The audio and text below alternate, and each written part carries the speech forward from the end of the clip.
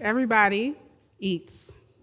Everybody has to eat in order to stay alive. Good nutrition comes from a variety of sources. How we eat varies widely depending on ethnicity, culture, nationality, religion, geographic location. All of those play a role in the food that we ingest into our bodies. What would you think if I told you that food was actually the catalyst for something that could change our entire community?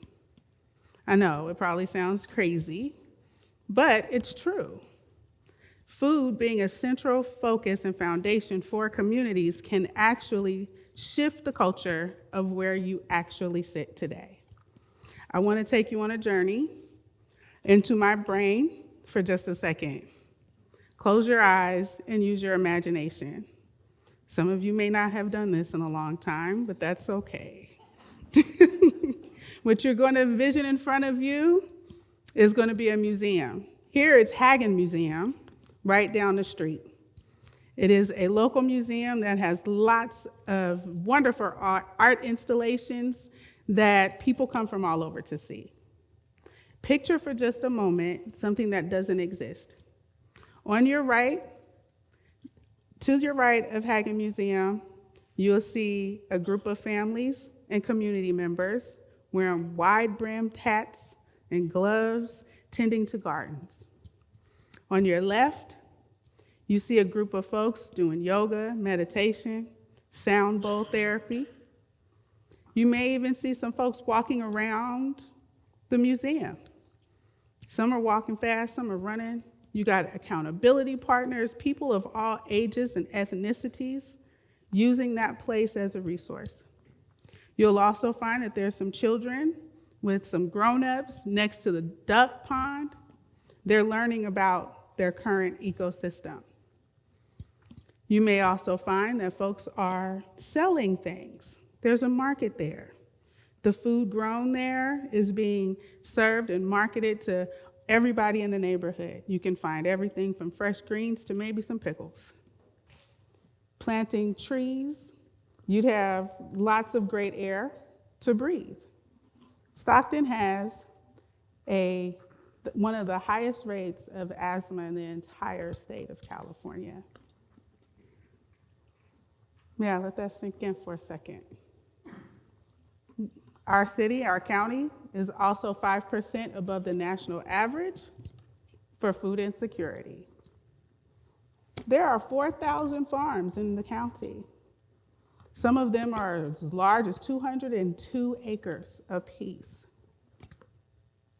4,000 farms right in this county, and this county has a disparity in getting access to food. California produces the largest amount of food for the entire world. Not California, not Washington, the world. We are literally sending food all over the world. But right here, we're not eating, and we're not eating well. Right here at this school, at Delta, at University of Pacific, at UC Davis, there are programs where you can learn dietetics, nutrition, pharmacology, everything. Agriculture is here. But we get our degrees here and we leave because we have not set up the system that could support us. What if we changed that? What if we focused on creating a supportive system that lives and breathes right where you are? Stockton has been determined to be the most diverse city in the United States. All of these wonderful people, minds, actions, cultures, everything in one space. And we're still hungry. And we still have type 2 diabetes. We still have hypertension. We still have strokes. We still have asthma. We still don't have access to food when we are growing all the food here. You've just taken a walk down the mind of a chef who started working at a farm. It's a little cluttered up in there, I'll admit, because a lot of stuff I say doesn't line up with what people seem to think should be the norm. But let me explain. What happens when we teach young people, young minds, that agriculture is not a thing of the past?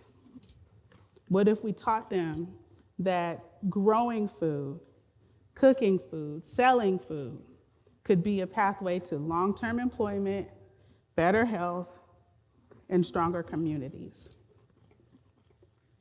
What this would look like, what this could take, what this could be is a collective of people who believe the same thing. We just want to live healthy, whole, and free, right where we are. But in order to do that, we have to throw away all of the noise, all of the agendas from everybody else, and get real about what's going on here. So that means the healthcare professionals hire the chefs to do the meal prep, to write the recipes. The farm workers partner with universities and nonprofit organizations to show support.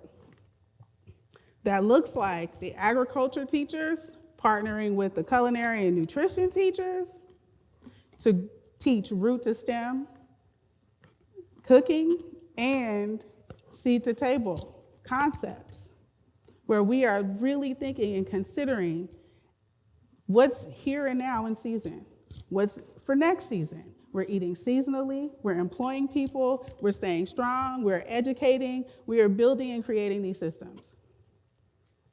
The world would say that Stockton is a food desert, but farmer and activist Karen Washington says that there are no food deserts. What we are looking at is food apartheid. Where parks can be located, your city officials determine those things. City planning. Where schools are located, where liquor stores, you get the picture.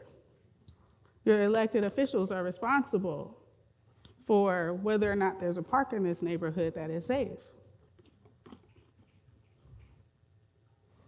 We can't sit back and wait for something to happen to get involved. We need to move forward and get active right now. And what that looks like is where you work, throw that away. You concerned about the community, bring your concern to the community.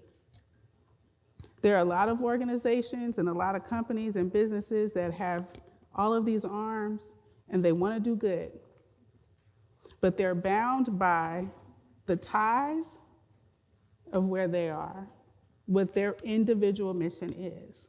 By forming a collective, you have one mission, and that mission is to make sure people can be employed in agriculture, in healthcare, in culinary arts, in nutrition, et cetera, et cetera. You want to also make sure that they're healthy. That's why you include the dietitians, the RNs, the doctors, the pharmacists. You include everybody in. We can't talk about food without talking about the people who grow the food. Building equity for the folks that labor for your table. You got to bring that in. And you all come together and you do it. And I believe that once these collectives are formed, we will start to see and envision a very different world. Imagine what could happen in 5 years' time after making that focus, after strategically planning and saying that you're going to grow healthcare workers, agriculturalists, educators, teachers, doctors, lawyers, food justice folks. Food justice is social justice. You cannot separate the two. It's not possible. So maybe you don't want to grow food. You want to go into politics. There you go. Make sure you know about agriculture. Make sure you know what is happening in the culinary world so that you can build up your community. You don't have to be in one lane. You can stretch out and touch the people next to you and say, let's do something together. Thank you.